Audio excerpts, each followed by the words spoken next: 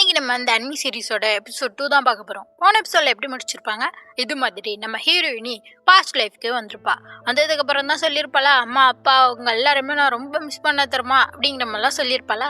அவங்க பார்த்துக்கிட்டு இருக்காங்க, ஐயோ பிள்ளைக்கு ரொம்ப பனிஷ்மெண்ட் கொடுத்துட்டும் போலியே, அதனால தான் இவ்வளோ கஷ்டப்படுறா அப்படின்னு சொல்லிட்டாங்க. அம்மா அப்பா கிட்ட சொல்ல, இல்லம்மா இது மாதிரிலாம் நான் திருப்பி உனக்கு பனிஷ்மெண்ட் தர மாட்டேமாண்ணா அப்படிங்கிற மாதிரி அப்பா சொல்லிட்டு இருக்காரு.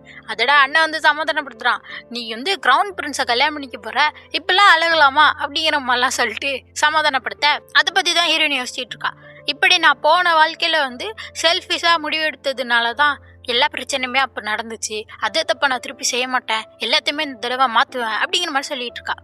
இப்போ அத்தை சீலில் கட்டுறாங்க, நம்ம ஹீரோயின் உட்காந்து பாஸ்ட் லைஃப்பில் என்னென்ன நடந்துச்சுன்னு சொல்லிட்டு ஒரு டைரியில் குறிப்பெடுத்துக்கிறா. அப்போ தான் ஞாபகம் இருக்கும் இப்போ என்னென்ன நடந்துச்சு. அதே மாதிரி போர்க்காலத்தில் நிறைய மக்கள் நோய்வாய்ப்பட்டு இறந்து போனாங்களாம். அப்போ மட்டும் மெடிக்கல்லாம் நல்லா இதாக இருந்துச்சுன்னா நிறைய பேரை காப்பாற்றிருக்கலாம் அப்படிங்கிற மாதிரிலாம் சொல்லிட்டு பார்த்துட்டு இருக்கு. அங்கே மேய்டு வந்துடுறா, இது மாதிரி உங்களுக்கு கேக் எடுத்துகிட்டு வந்திருக்கேன் அப்படின்னு சொன்னோன்னே, ஸ்ட்ராபெரி கேக்கா, எனக்கு ரொம்ப பிடிச்சதாச்சே, ரொம்ப நன்றி அப்படிங்கிற மாதிரி சொன்னோன்னே அந்த மேய்டு அப்படியே அதிர்ச்சியாக நின்றுட்டு இருக்கா. ஏன்னா இது வரைக்கும் இவ வந்து இப்பெல்லாம் நடந்துக்கிட்டதே கிடையாதான், அதுதான் பார்த்துட்டு அப்படியே நிற்க. அப்போ தான் இவளுக்கு ஞாபகம் இருக்கு, ஆமாம் பாஸ்ட் லைஃப்பில் நான் ரொம்ப கொடூரமாக இருந்தேன்னா, ரொம்ப அடம் பிடிச்சிக்கிட்டு ரொம்ப ஒரு மாதிரி திமுறாதான் இருந்திருப்பா. அப்புறமாட்டி கல்யாணம் ஆனோடனே இவ தானே வந்து குயினா மாதிரி இருப்பா. அப்போ பார்த்தா ரொம்ப கெட்ட குயினாக தான் இருந்திருக்கா. அதனால தான் 10 வருஷம் கழிச்சு அவளை வந்து எரிச்சே கொண்டிருக்காங்க. அது எல்லாத்தையுமே யோசிச்சு பார்த்துட்டு இருக்கா, இந்த தடவை எல்லாத்தையுமே மாற்றணும் அப்படின்னு சொல்லிட்டு. அதே மாதிரியே இதெல்லாம் யோசிச்சுட்டு இருக்கப்பயே அந்த மேய்டு வந்து இந்த டீ பாட்டு கீழே போட்டுருவா. அதனால அவள் கையில் கிழிச்சிருமா, ரத்தம் வர ஆரம்பிச்சிரும். இதை பார்த்தோன்னே நம்ம எலிஸ் என்ன பண்ணுறா, வா வா சீக்கிரம் உன் கையை கழுவணும், கட்டு போடணும் அப்படின்னு சொல்லிட்டு கூட்டு போக அந்த மேய்டு சொல்கிறா, இல்லை இல்லை இதெல்லாம் நானே பார்த்துப்பேன் விடுங்க அப்படின்னு சொல்கிறப்ப, அப்போ பார்த்துப்பல அப்படின்னு சொல்லிட்டு எப்படி கட்டு போடுறதுலாம் சொல்லி கொடுக்குறா. அதை பார்த்தோன்னே அவளுக்கு ஆனந்த கண்ணீரே வருது, நம்ம மேடமா இது அப்படின்னு சொல்லிட்டு ரொம்ப நன்றி அப்படிங்கிற மாதிரி சொன்னோன்னே, ஒரு பொண்ணு வந்து போன எபிசோட்ல அவங்க அம்மா காப்பாத்தினதுக்கு நன்றி சொல்லியிருப்பாள்ல, அந்த ஞாபகம் திருப்பி வருது எலிஸுக்கு. இப்போ நான் முடிவு எடுத்துட்டேன், இந்த வாழ்க்கையிலேயே நான் டாக்டராக தான் இருக்க போகிறேன், என்னால் முடிஞ்ச அளவு உயிர்களை காப்பாற்ற போகிறேன் அப்படிங்கிற மாதிரி முடிவு எடுத்துறா. அப்படியே இங்கே மறுநாள் காட்டுறாங்க. இப்போ மறுநாள் காட்டினா அரசரை பக்கத்துக்கு அப்பாவும் பொண்ணும் வந்திருக்காங்க. ஏன்னா அரசர் தான் கூப்பிட்டு விட்டுருக்காரு உங்களை பார்க்கணும்னு சொல்லிட்டு. சரின்னு சொல்லிட்டு வந்துட்டு அப்பா கிட்ட அரசர் பேசிகிட்டு இருக்காரா. நம்ம எலிஸ் வந்து அரசரே பார்த்துட்டு உட்காந்துருப்பா. ஏன்னா வந்து இப்பயும் அவர் வந்து முன்னாடி மாதிரியே ரொம்ப இறக்க குணத்தோட இருக்காரு, ரொம்ப நல்லவர், நிறைய தடவை என்னை காப்பாற்றிருக்காரு. இருந்தாலும் என்னாச்சுன்னா அவருக்கு எதுவும் நோய் வந்து அப்போ வந்து இறந்து போயிட்டாராம். அப்போ என்னால் எதுவுமே பண்ண முடியல அப்படின்னு சொல்லிட்டு சோகமாக பார்த்துட்டு இருப்பா. இப்போ இவருக்கு உடம்பு நல்லா இருக்கா இல்லை அந்த நோய் வந்துருச்சான்னு தெரியலையே அப்படின்னு சொல்லிட்டு அப்படியே குறுகுறுன்னு பார்த்துட்டு இருக்கா. அவர் பார்க்குறாரு, என்னாச்சு இன்னைக்கு ஒரு மாதிரி இருக்கியம்மா அப்படின்னு சொல்லிட்டு பார்க்க, இல்லை அதெல்லாம் ஒன்றும் இல்லை அப்படிங்கிற மாதிரி சொல்கிறப்ப பின்னாடி இருக்க அந்த சர்வன்ட் சொல்கிறான், ஏன்னா வந்து பர்த்டே வருதான், அதனால அவங்க ஏதோ குழப்பத்தில் இருப்பாங்க அப்படிங்கிற மாதிரி சொன்னோன்னே, அந்த பர்த்டே அன்னைக்கு ஒன்று குயினாக வரவேற்க நான் ரொம்ப ஆவலாக காத்துக்கிட்டு இருக்கேன், அன்னைக்கு தான் வந்து இப்போ ஹீரோக்கும் ஹீரோயினுக்கும் கல்யாணம் பண்ணி வைக்க போகிறாங்கன்னு சொல்லிட்டு எல்லாரும் முன்னாடியே அறிவிக்க போகிறாங்களாம். அதான் சொல்லிட்டு இருக்காரு. அதை கேட்டோன்னே, இல்லை அரசே அதை பற்றி தான் நான் சொல்லணும், அது வந்து அப்படின்னு சொல்லிட்டு வாயெடுக்கப்பே பின்னாடி ஹீரோ வந்துடுறான், லிண்டன் கிரவுன் பிரின்ஸ். அதை பார்த்துட்டு இப்படியே உட்காந்துருக்கா. போன வாழ்க்கையிலே வேணா நான் சுற்றி லவ் பண்ணிட்டு இருந்தேனே அப்படின்னு சொல்லிட்டு. அப்போ தான் அங்கே காட்டுறாங்க, என்னன்னா வந்து டீ எடுத்துகிட்டு வந்திருப்பான். அவன் பார்த்துட்டு சொல்லியிருப்பான், நான் படிச்சிட்டு இருக்கேன்னு என்னை தொல்லை பண்ணாத, அதோட நீ ரொம்ப குழம்பிக்காத, எங்கள் அப்பா சொன்னதுனால தான் உன்னை நான் கல்யாணம் பண்ணிக்கிறேன், வேற ஒன்றும் கிடையாது அப்படிங்கிற மாதிரிலாம் சொல்லியிருப்பான். இவளுக்கு தான் வந்து இவனை ரொம்ப பிடிக்கும். அவள் வந்து இப்படியே கோவமாக போயிட்டு இருப்பா. சி என்ன போய் இப்படி சொல்லிட்டானே இந்த பையன், ஒரு நாள் என் பின்னாடி உன்னை வர வைக்கிறேன்டா அப்படிங்கிற மாதிரிலாம் சொல்லிட்டு போயிருப்பா. அதெல்லாம் யோசிச்சு பார்த்து இப்போ சோகமாக இருக்கா. முட்டாள் மாதிரி நான் பண்ணிக்கிட்டு இருந்திருக்கேன்னா அப்போ அப்படின்னு சொல்லிட்டு பார்த்துட்டு இருக்கா. அப்போ தான் அரசர் வந்து லிண்டன்ட்ட பேசிகிட்டு இருக்காரு, என்னப்பா லேட் ஆயிடுச்சு அப்படின்னு சொல்லிட்டு. அப்போ தான் லிண்டன் சொல்லிட்டு இருக்கான், குசேஃப் கேம்பெயினுக்காக பட்ஜெட் ஒதுக்கத்தை பற்றி பேசிக்கிட்டு இருந்தோம், அதனால தான் அப்படிங்கிற மாதிரி சொல்கிறப்ப இப்போ பார்க்குறா, குசேஃப் கேம்பெயின் அப்படின்னு சொல்லிட்டு. உடனே அரசே கேட்குறாரு, ஏம்மா அதை பற்றி உனக்கு எதுவும் சொல்லணுமா அப்படிங்கிற மாதிரி கேட்குறப்ப அப்பதான் யோசிச்சுட்டு இருக்கா.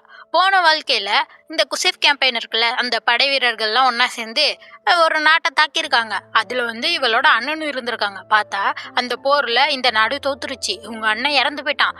இது மாதிரி திருப்பி நடந்துடக்கூடாதே, நான் எப்படி உங்கள்கிட்ட சொல்கிறது, நான் ஏதாச்சும் சொன்னால் இவங்களுக்கு என் மேலே சந்தேகம் வந்துருமே, எப்படி உனக்கு இதெல்லாம் தெரியும்னு சொல்லிட்டு அப்படின்னு சொல்லிட்டு எல்லாத்தையுமே யோசிச்சு என்ன சொல்கிறான்னா, இது மாதிரி அந்த எதிரி நாட்டுக்கு எதிராக நீங்கள் நடத்த போகிற அந்த போரில் வந்து தோற்று தான் போவோம், ஏன்னா வந்து அந்த எதிரி நாட்டுக்கு இன்னொரு பேரரசு வந்து உதவி செய்ய போகுது அப்படிங்கிற மாதிரி சொல்கிறப்ப இவங்க சொல்கிறாங்க, இல்லையே நாங்கள் செக் பண்ணி பார்த்த வரைக்கும் இந்த நாடு தனியாக தானே இருக்குது அப்படிங்கிற மாதிரி சொல்கிறப்ப அப்போதான் சொல்கிறா, இல்லை அந்த அரசர் வந்து உதவி செய்வார், ஏன்னா அவரோட பொசிஷன் அங்கே வந்து கரெக்டாக இல்லையா, அதனால இந்த நாட்டுக்கு உதவி செய்யலாம்னு முன் வருவாராம். இப்படி அவர் உதவி செஞ்சாங்கன்னா நம்ம நாட்டுக்கு தான் பெரிய அடி விழும் அப்படிங்கிற மாதிரிலாம் இவ போன பாஸ்ட்ல நடந்தது எல்லாத்தையுமே அரசியல் படியா அவ எடுத்து எல்லாத்தையுமே இங்க சொல்றா. இவங்களும் பார்த்துட்டு இவ்வளோ அறிவா இந்த பொண்ணுக்கு அப்படின்னு சொல்லிட்டு பார்த்துட்டு இருக்காங்க. இதெல்லாம் கேட்டோன்னே அரசரை கொஞ்சம் டயர்டாரு அப்பா அப்படின்னு சொல்லிட்டு உட்காந்துருக்காரு.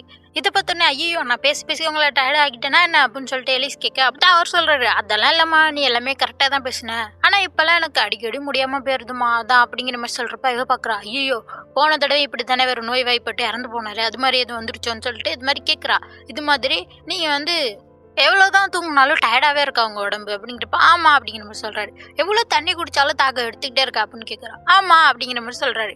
அதோட தூங்கி எந்திரிச்சோடனே அர்ஜென்ட்டா பாத்ரூம் வருதா அப்படிங்கிற மாதிரி கேட்குறப்ப ஆமா எப்படிம்மா உனக்கு இது எல்லாமே தெரியுது அப்படின்னு சொல்லிட்டு கேட்க சொல்றா இல்ல இது மாதிரி சிம்டம்லாம் ஒரு புக்ல நான் படிச்சேன் அதை வச்சுதான் கேட்குறேன்.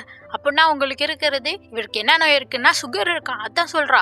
எப்படி உடனே சொல்றது நோய்க்கு பேர் என்னன்னு தெரியாது இருந்தாலும் உங்க பிளட்ல வந்து சுகர் அதிகமா இருக்குது அதனாலதான் உங்களுக்கு இப்படி எல்லாம் பிரச்சனை வருது அப்படிங்கிற மாதிரி சொன்னோடனே அவர் பார்த்துட்டு ஓ அப்படியாம்மா சரி நான் போய் டாக்டர்கிட்ட இதை பத்தி கேட்டு பாக்குறேன் அப்படின்னு சொல்லிட்டு அவர் இங்க இருக்கிறதுலே ஃபேமஸான டாக்டரா அப்ப அவர்கிட்ட போறீங்கன்னா எல்லாம் சரியாயிரும்னு சொல்லிட்டு அப்படியே மனசுலயே நினைச்சிட்டு இருக்கா இந்த தடவை அரசரை காப்பாத்திரலாம் அப்படின்னு சொல்லிட்டு அப்படியே ஹீரோ பாக்குறா இன்னும் ஒரு விஷயம் தான் பாக்கி இருக்கு அப்படின்னு சொல்லிட்டு இது மாதிரி என்ன சொல்றான்னா இந்த மாதிரி பிரின்ஸுக்கும் எனக்கும் கல்யாணம்லாம் இருக்கீங்கல்ல அதை கேன்சல் பண்ணிடுங்க அப்படிங்கிற மாதிரி கேட்டோன்னா அதிர்ச்சியே ஏறாங்க.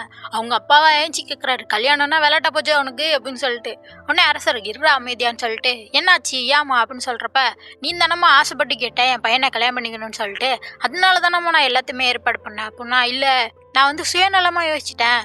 அதாவது ஒரு அரசின்னா இந்த நாட்டுக்கு இன்னொரு ஒரு அம்மா மாதிரி அந்த அளவுக்கு தகுதி எனக்கு கிடையாது. இப்பதான் என்னோட தகுதி என்னன்னு எனக்கு தெரிஞ்சுது அதனாலதான் சொல்றேன் இந்த மேரேஜை தயவு செஞ்சு கேன்சல் பண்ணிடுங்க அதுக்கு பதிலாக என்ன பனிஷ்மெண்ட் வேணாலும் நான் ஏத்துக்கிறேன் அப்படிங்கிற மாதிரி சொல்லிட்டு அப்படியே வணங்கி கேட்க அவர் பார்த்துட்டு இதனால தான் கேட்குறேன் அந்த ஒரே ஒரு ரீசன் மட்டும் தானா அப்படின்னு சொல்லிட்டு பார்க்க அப்பதான் சொல்றா இல்ல நான் டாக்டர் ஆகணும் அப்படிங்கிற மாதிரி சொல்றா. உடனே அவங்க அப்பா இருந்துச்சுட்டு இப்பெல்லாம் நீ பொய் சொல்லாதம்மா அப்படிங்கிற மாதிரி சொல்றாரு. அரசர் தான் சொல்றாரு டே பொய் சொல்ற மாதிரியாடா இருக்க அவ கண்ணு அதோட எவ்வளவு அழகா எனக்கு இருக்க பிரச்சனையை அவ எடுத்து சொன்னா புரியுது இவளுக்கு வந்து டாக்டர் மேல ரொம்ப ஆர்வம் அதிகமாக தான் இருக்கு அப்பன்னா சரி நம்ம ஒரு கண்டிஷன் போட்டுக்கலாம் இது மாதிரி நீ வந்து இந்த டாக்டர் எக்ஸாம்ல பாஸ் ஆகி ஒரு தகுதியான டாக்டரா மாறி அப்ப நான் எந்த பிரச்சனையும் சொல்ல மாட்டேன் எதுவுமே தலையிடவும் மாட்டேன். அதே நீ வந்து அதுல ஃபெயில் ஆயிட்ட உன்னால ஒரு நல்ல தகுதியான டாக்டர்னு ப்ரூஃப் பண்ண முடியலன்னு வச்சுக்கேன் நீ வந்து என் பையனை கட்டிக்கணும் குயினா மாறிடணும் அப்படிங்கிற மாதிரி இவர் சொல்றாரு. இதுக்கு நான் ஒத்துக்கிறேன் அப்படிங்கிற மாதிரி சொல்றா. அதோட எவ்வளவு நாள் இருக்கு அப்படின்னு சொல்லிட்டு கேட்குறப்ப உனக்கு வயசு வர வரைக்கும் அப்படிங்கிற மாதிரி சொல்றாரு. வயசா அப்படின்னு பார்த்தா இன்னும் 6 மாசம் தான் இருக்கான் ஹீரோயினுக்கு வயசு வரதுக்கு அப்படியே வச்சுட்டு இருக்கா 6 மாசத்துல டாக்டர் ஆகணும். சரி பரவாயில்ல நான் வந்து ஜெயிச்சு காட்டுறேன் நான் மாறி காட்டுறேன் அப்படிங்கிற மாதிரி சொல்லிடுறா. பார்த்தோன்னே அரசரும் அப்பனா சரி எல்லாம் சரியா முடிஞ்சுட்டு நீங்க 2 பேரும் ரொம்ப நாள் சில்ல பார்த்து பேசிக்கிட்டு போங்க கார்டனுக்கு போய் 2 பேரும் பேசிட்டு வாங்க அப்படின்னு சொல்லிட்டு ஹீரோவும் ஹீரோயினையும் அமுச்சு வைக்கிறாரு. 2 பேரும் இப்ப கார்டன்ல தான் சுத்திக்கிட்டு இருக்காங்க. அதோட ஹீரோ என்ன சொல்றான்னா இது மாதிரி எதுக்கு நீ அதுக்கு ஒத்துக்கிட்ட உனக்கே தெரியும்ல டாக்டர் எக்ஸாம்லாம் ரொம்ப கஷ்டம் நீ எவ்வளவுதான் ஹை ரேங்க்ல இருக்க நோபலா இருந்தாலும் சரி அவங்க உனக்கு பாரபட்சம்லாம் பார்க்க மாட்டாங்கன்னு உனக்கு தெரியும்ல அப்படிங்கிற மாதிரி சொல்றப்ப தெரியும் ஆனா நான் முடிவு எடுத்துட்டேன் அதோட வந்து இவ்வளவு நாள் நான் உங்களை தொலை பண்ணிட்டேன் சின்ன பிள்ளையிலேருந்தே உங்களை நான் தொலைதான் பண்ணிட்டு இருந்தேன் சுயநலமா இந்த நிச்சயத்தையும் உங்களை ஒத்துக்க வச்சுக்கிட்டேன் அதனால எல்லாத்துக்குமே நான் மன்னிச்சிருங்க அப்படிங்கிற மாதிரி சொல்றப்ப ஹீரோ பார்த்துட்டு சொல்றான் நான் ஒன்னும் விருப்பப்படாம இந்த நிச்சயத்தை ஏத்துக்கலையே அப்படிங்கிற மாதிரி என்னன்னு தெரில ஹீரோக்கும் இவ்வளவு பிடிக்குமான்னு தெரில அப்படி சொல்றான். அவ பார்த்துட்டு இல்ல எனக்கு தெரியும் நீங்க என்ன வெறுக்கிறீங்கன்னு சொல்லிட்டு இருந்தாலும் நான் தான் எல்லா தப்புமே பண்ணேன் என்ன மன்னிச்சிருங்க அப்படிங்கிற மாதிரிலாம் சொல்றா.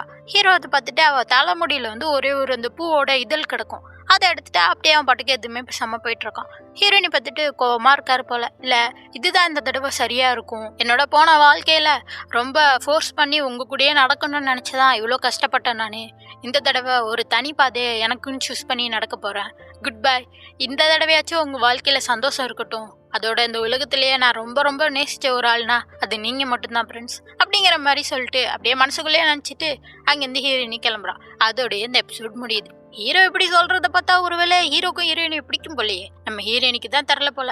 அடுத்த எபிசோட்ல தான் தெரியும். அடுத்த எபிசோட் அடுத்த ஞாயிற்றுக்கிழமை வந்துடும். அதுக்கு மறக்காம சேனலை சப்ஸ்கிரைப் பண்ணிக்கோங்க. பாய்.